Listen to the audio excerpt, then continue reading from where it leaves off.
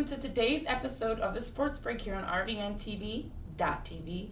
I'm your host, Renee Washington, and joining me from Bethesda, Maryland, so we're back in Maryland again, is Kelsey Nelson, sports reporter from Fox Sports. Kelsey, welcome to the show. Thanks so much for having me. I'm glad to be on.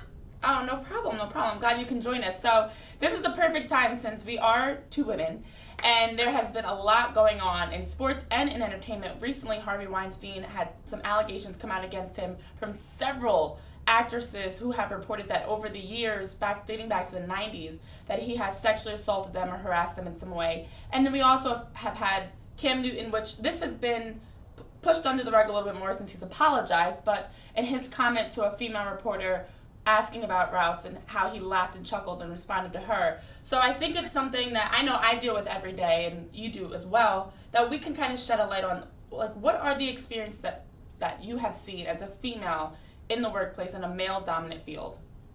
Sure, so this is a great question, and I have to say I'm so glad we're finally talking about this issue, because I think for so long it's been hush-hush, even though so many people have known it's going on. And I think the first thing I'm going to talk about, I know you can relate to this, being a woman in the locker room, when you first walk into a locker room, or even a press box for that matter, everyone looks at you and stares. It's like they're still surprised for some reason. I don't know why, to see women in sports. And you would think nowadays it would just be second habit, for people to see that. And then I feel like as women, we always know we have to prove ourselves more in the sports world. Mm-hmm. But then I feel like you always have those comments. It's always something about how you look or how you dress. Yep. And I know sometimes that people might not mean it the wrong way, but I think today everyone should understand what sexual harassment is. And I think it's bad that women are still facing this. I just saw in the news 1 in 3 women under 35 have dealt with sexual harassment. And the crazy part is most women don't report it. Because I think a lot of women want to seem strong and they don't want to get in trouble. And then a lot of people want to keep their jobs. Let's be honest. I think with Harvey Weinstein, a lot of these women wanting to get into Hollywood and exactly.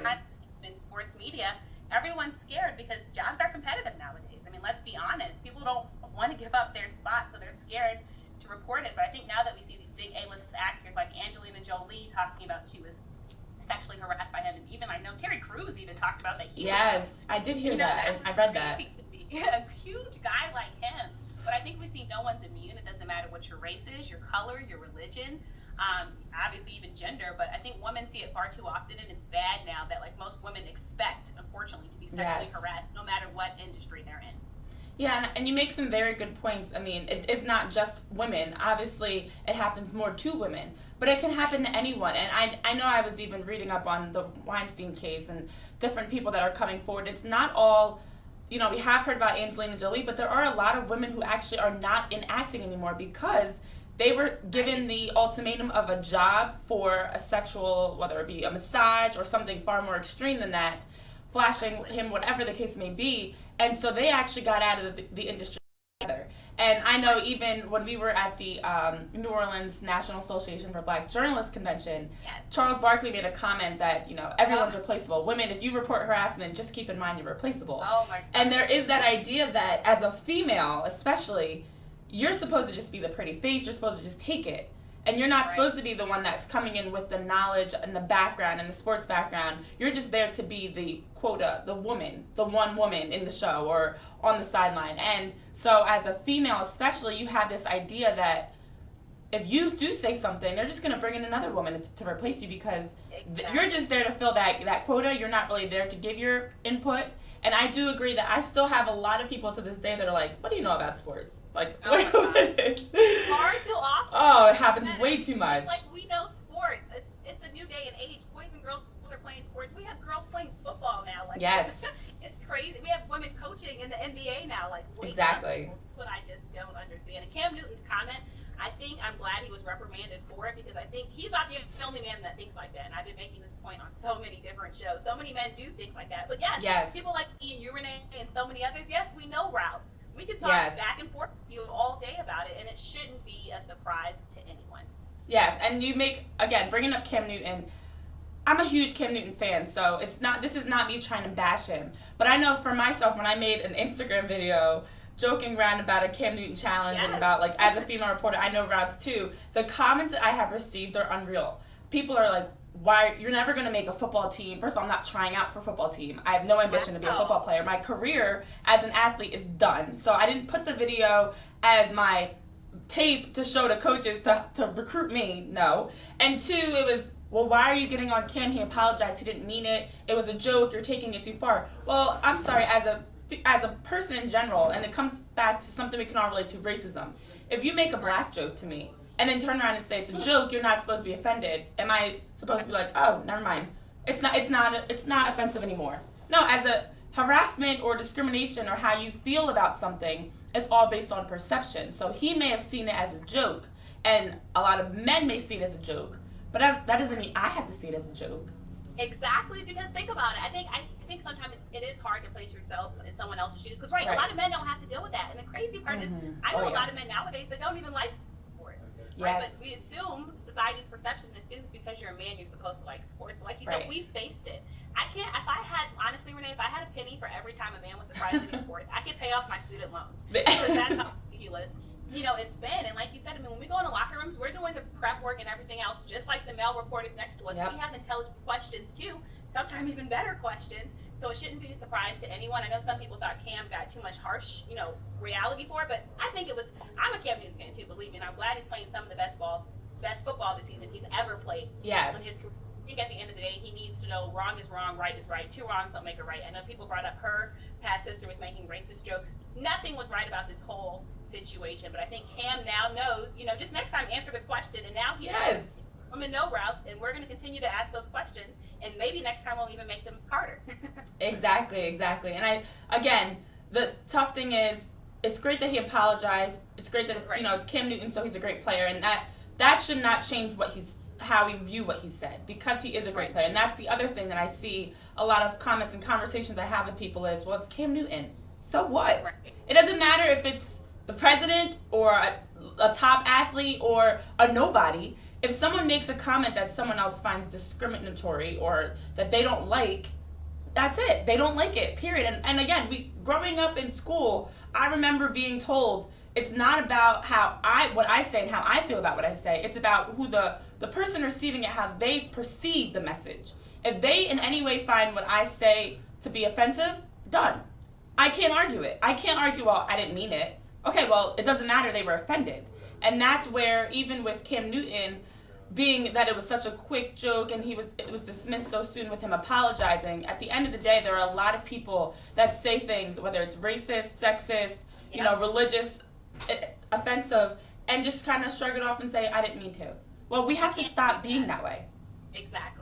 It's 2017, people, about to be 2018. Yes, Wake so up. fast. We need to start respecting each other. That's all we want. Women want respect. We should have had it by now. It seems like every time in modern history, women have to continue to fight for stuff. Yes, we have different body parts, but we can do the same exact things. And I think, of course, Cam, some people thought it was harsh that I know Dannon dropped him.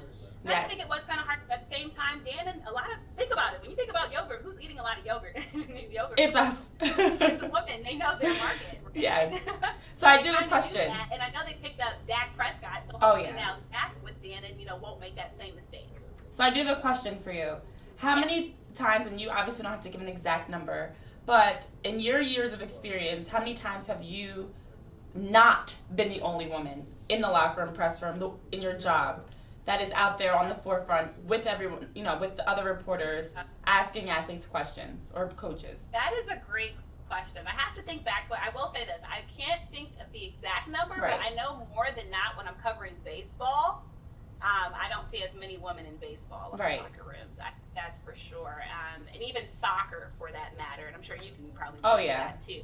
Well, football is starting to see more, but of course it's still predominantly male. But I think basketball has kind of been the more progressive sport in terms of women covering it.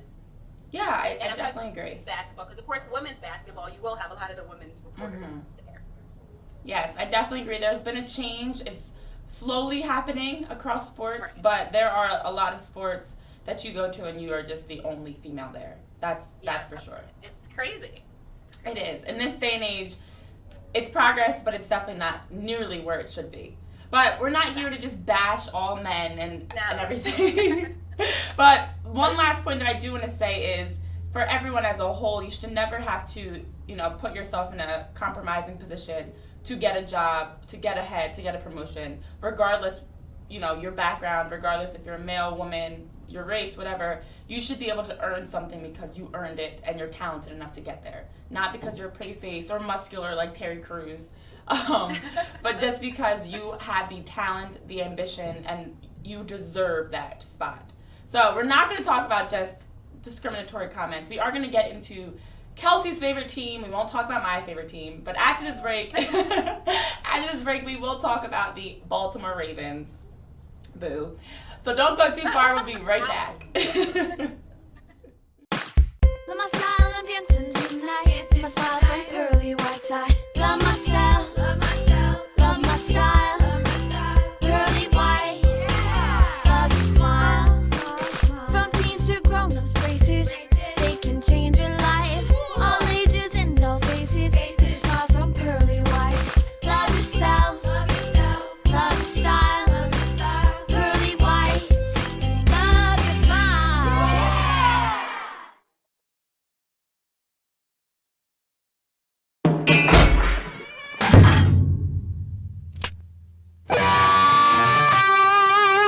Where bankers have lost all interest. Where robots and fat cats rule our fortunes. One woman Hi. will stand up and strive to do the impossible. Be treated like a person. Friends and neighbors will join her quest. Ordinary people will band together against the forces of corporate greed. And together they will form Philadelphia Federal Credit Union. Already in a neighborhood near you. Assurance. It's a word, a touch, a look that sparks a feeling. Peace of mind that everything will be all right. These are the moments that inspire us to do more than you'd ever expect from a car insurance company at a price that's less than you'd expect. This is more than just insurance. This is Plymouth Rock Assurance. Visit us at PlymouthRock.com.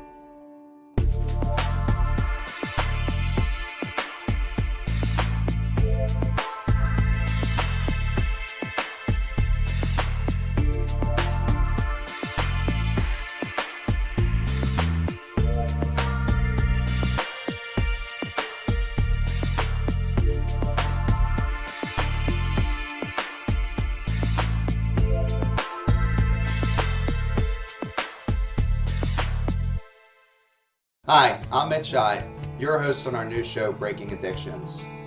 Your recovery starts here. Make sure you watch to hear stories of those who have broke the cycle and received tools for lasting change. Together, we can break this stigma. Make sure you tune in and get inspired Tuesday, September 19th at 10 a.m. only on RVN TV. I'll see you then. Imagine the finest hand-selected USDA prime steak you'll ever have. The freshest line-caught seafood, our Wine Spectator award-winning wine list, and soul-satisfying desserts. Bring that together with the perfect date, the winning business deal, a memorable family celebration. Welcome to Rod's Steak and Seafood Grill in nearby Morristown, New Jersey.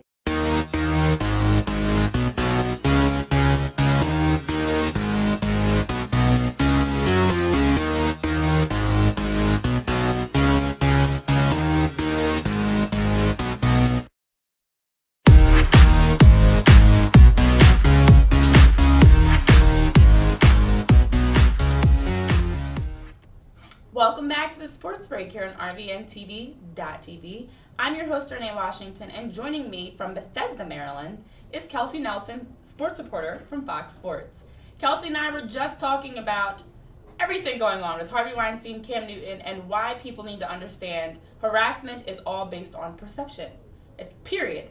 But moving forward, so we can get out of our soapbox a little bit, we want to talk about Kelsey's favorite football team, not mine, the Baltimore Ravens. Now, the Ravens are 3-2 so far this season. They had a very impressive win this past weekend. But they are also injury bitten. They have a number of injuries. Even their right guard, they've had 3 different guys, I think, over the course of, or maybe even more than that, over the course of the season that have played that position. I mean, how hard is it for them to get rolling with all these injuries? First off, Renee, thank you for letting me talk about the Ravens. Here in DC, I always cover the Redskins, so I'm not biased. So this is one of the first times I get to talk about them. But for Ravens fans, people like me who grew up M&T Bank Stadium watching the Ravens. This injury plague, it seems like it happens every single season.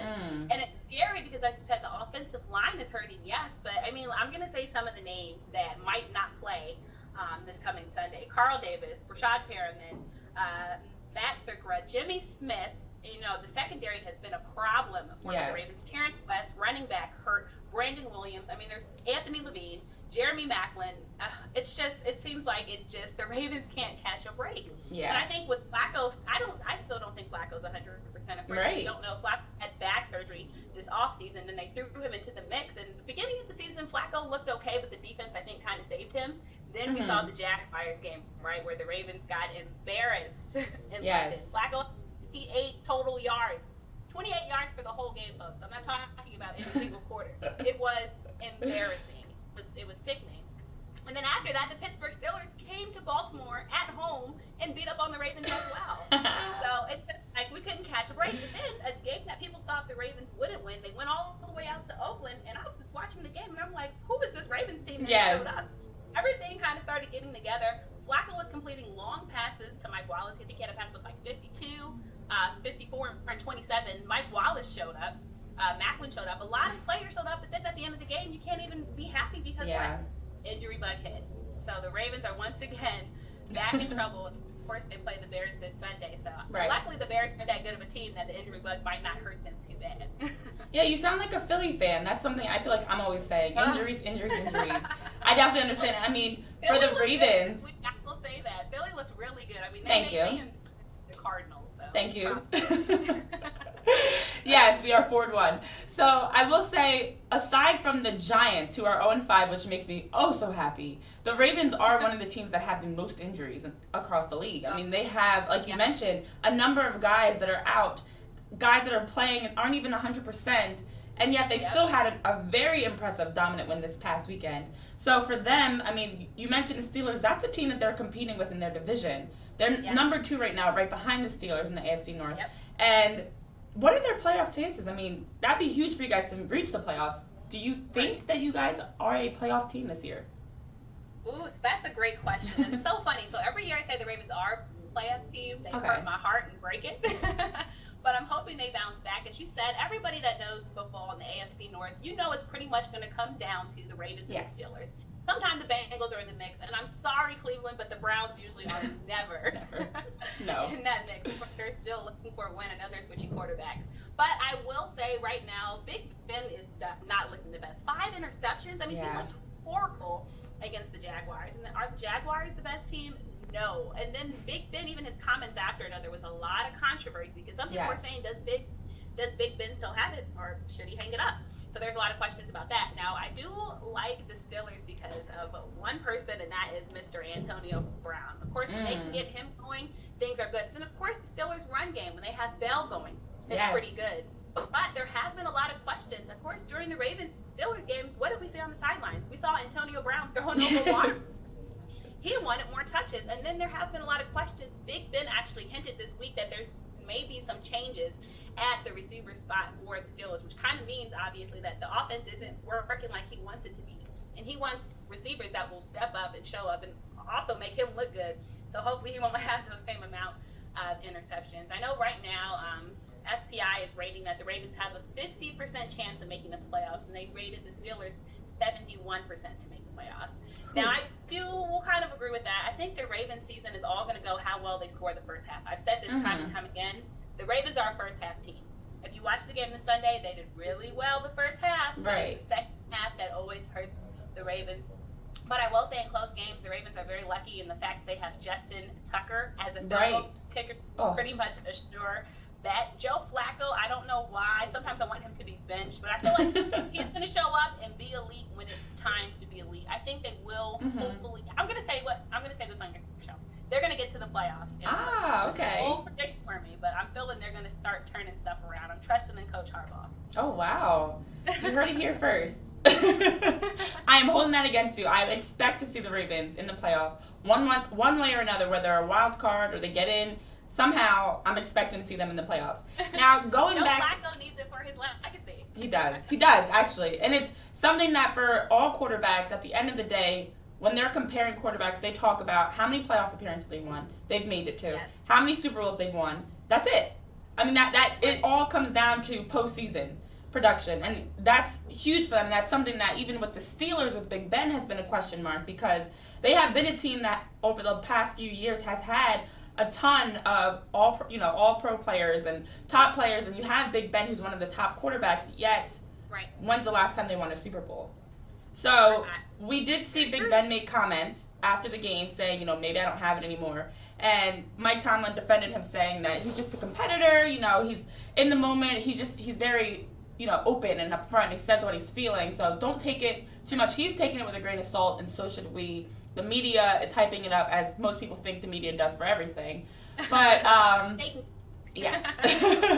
But for Big Ben, 5 interceptions is awful. Awful. It's crazy. It's absolutely crazy. I don't even expect Joe Flacco to have that. No. Sometimes wishy-washy games. Even the Browns, I feel like I don't expect any of their quarterbacks to have that. Yes. No one should have 5 interceptions. No. And so not only did he have 5 interceptions, they got killed by the Jaguars. It was a 20-point loss. A team that they were expected to roll over. They turn around and lose. They get dominated. They look bad. They're falling apart. Big Ben's making comments. We saw last week with the water cooler being thrown. Are they falling apart here? I mean, Brown, Bell, Big Ben, all the B's, I feel like.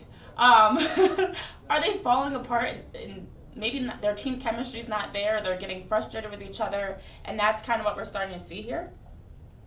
I think you basically said it all. The Steelers were like, what's happening? I mean, they looked good just a week ago. Then this week, I think we kind of started to see it on the sidelines. Yeah. And I think now Big Ben is kind of feeling that. I think he's feeling the pressure. Of course, he's not feeling his O-line is protecting him, of course, which is why he'll say he's throwing those interceptions. But at the same time, I mean, it wasn't just the offense, you guys, for the Steelers. The defense also obviously didn't show up because the Jaguars were scoring. I mean, I'll say the AFC North has made the Jaguars look so good. Because of the AFC North teams are actually looking like one of the top teams. And this is no hate to Jacksonville. But I think if they can get their wide receivers going, because we've seen Big Ben has arm. I think Big Ben can still throw the ball, but I like him more for those short cut passes for his downfield. I think that's where the Steelers are more effective, where you don't get him with the big arm as much as you do Joe Flacco, even though Joe Flacco, those balls are so 50-50. But if they can get their receivers going, to have Martavis Bryant, and of course, again, you have Antonio Brown. He's the second-rated wide receiver right now in the NFL. Guess what that means? You need to use him. He can run those deep routes. And pretty much, Antonio Brown, he's a competitor. If you throw something his way, he's going to want to catch it. And we know he always wants to go for gold. He always wants to get into the end zone. And then, of course, if you have Le'Veon Bell going, your team should be winning. He is good on the ground. Take the whole run through, and I think the Steelers will be okay. But at the same time, are the Steelers going to be a Super Bowl winning team this season? No. Because let's think about it. Thinking the AFC, we pretty much all know who's going back, I think, to the Super Bowl, and that's probably going to be, as much as I heard somebody from Baltimore to say this, New England Patriots. Back on that end of the ball. But the Steelers, I think there's still time to work it out. They have a great head coach in Mike Tomlin. I think we've seen time and time again. If anybody can do the job, it's Mike Tomlin. So hopefully they edge out their little drama on the side and get the stuff going on the field. Yes, and to make it worse, they play the 5-0 Kansas City Chiefs and Big Red, so Big Ben versus Big Red, this upcoming weekend. So for them, I mean, we mentioned the different players that they have: Le'Veon Bell, Antonio Brown, Martavis Bryant, Big Ben at the quarterback. Is this week going to be the week where there's 2 ways this can go. Playing a top team like Kansas City, who's the only team that's undefeated right now across the league, they can either go in there and get killed, and now last week turns into like a snowball effect where they're even more frustrated and we see more comments and maybe more water coolers thrown. Or are they going to go in there and against a team they're expected to lose to with, as the underdog, with nothing to lose essentially because they're expected to lose?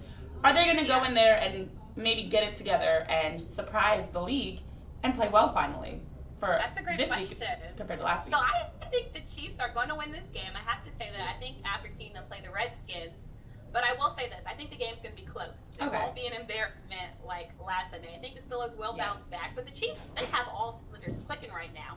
It's hard to stop that, and I don't think the Steelers are the team that will break that. No, they're not going to be undefeated the whole season. I think we all know that. If they do, Renee, I will come back on your show and apologize to Kansas City. Yes. The Steelers, I think it's going to be a close game. I don't think Big Ben will have 5 picks. I think he is going to throw at least one this game. I'll be honest with you. I mean, Kansas City secondary looks pretty good. I mean, there's not a lot that you can criticize, and I don't think they've been hurt as much either by the injury bug that some of these other teams have. So Pittsburgh fans, I'd say, wave out your terrible towels. I think it'll be a good game. I know they're on the road for the ones that are traveling there. It'll be good, but Kansas City at home especially, and they're undefeated. Yes. I don't think you can lose. Exactly. Well, we are running out of time, but before we go, I do have to say it's Thursday. Today we have my Eagles, my 4-1 Eagles, playing the 4-1 Carolina Panthers. Cam Newton, ironically, who we were talking about earlier this show. So make sure you guys tune in for Thursday Night Football because the Eagles, we may get it done. Fly, Eagles, I believe fly. it. I'm rooting for y'all. Then y'all Thank you.